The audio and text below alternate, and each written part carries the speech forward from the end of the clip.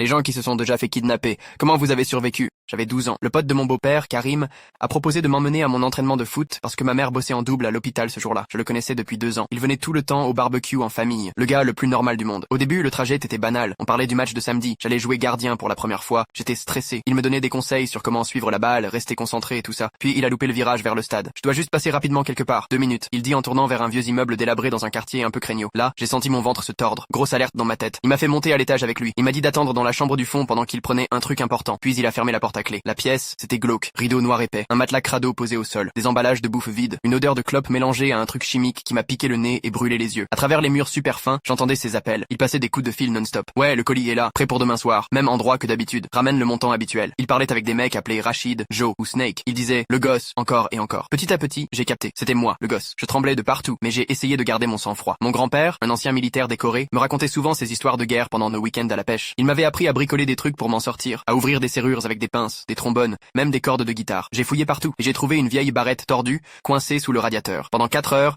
j'ai bossé sur la serrure. Chaque petit mouvement comme papy me l'avait appris. Pendant ce temps-là, j'écoutais Karim parler de livraison, de clients, de tarifs, de marchandises spéciales. À un moment, il a crié au téléphone. Un certain Joe râlait à propos de marchandises abîmées. Karim gueulait sur la qualité et disait qu'il allait changer de fournisseur. Il a même cité d'autres prénoms. Maria, Léo, Jessica. J'avais envie de vomir. Puis j'ai entendu un clic, la serrure a cédé, je suis sorti doucement. Son téléphone était posé sur le comptoir, à côté de vieux restos à emporter. Il était dans la salle de bain. Douche allumée, musique à fond. J'ai pris son téléphone et je me suis caché dans un placard étroit, entre des manteaux d'hiver. J'ai appelé la police. Mes doigts tremblaient. J'ai tout balancé à voix basse. L'adresse, ce que j'avais entendu, les prénoms, l'odeur bizarre, le moindre détail. La dame au bout du fil m'a dit de rester calme, de respirer lentement, de lui décrire tout ce que j'entendais. On est resté en ligne 40 minutes. Quand les flics ont débarqué avec le raid, ils ont trouvé Karim avec des sacs de produits illégaux, des fausses cartes d'identité et tout un réseau derrière lui. Un vrai cauchemar. Et sans le vieux Bobby Pin sous le radiateur,